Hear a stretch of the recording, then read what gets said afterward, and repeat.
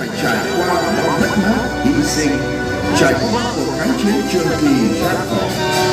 Tổ quốc Việt Nam ta với hơn 4.000 năm lịch sử, với truyền thống anh hùng cách mạng đã vươn lên mạnh mẽ, khẳng định vị thế để hôm nay mỗi người con đất Việt có thể tự hào kiêu hãnh.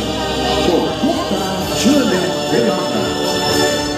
Tôi lại nhìn như đôi mắt trẻ thơ, tổ quốc tôi chưa đẹp thế bao giờ. Sông núi xanh xanh, xanh đồng xanh biển, sông trời xanh của những giấc mơ.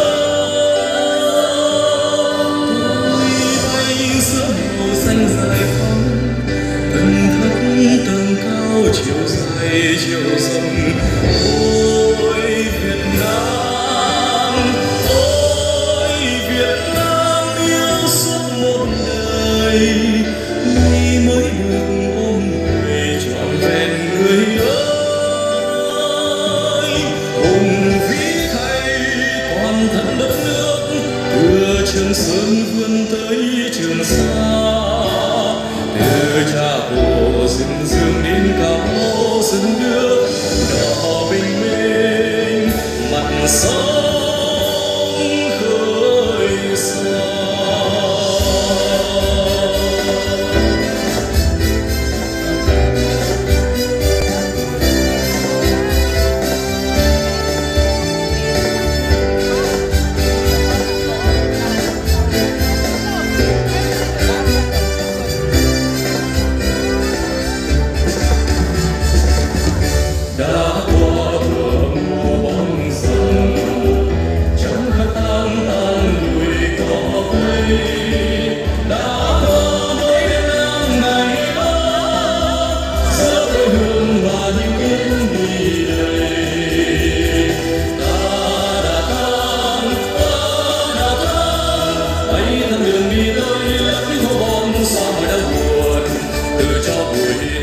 Xây dựng nơi phố làng ta và cả những tâm hồn, tôi lại ngờ trên Thái Bình Dương tổ quốc ta như một thiên đường của muôn triều anh hùng làm nên cuộc sống của tự do hy vọng tình thương.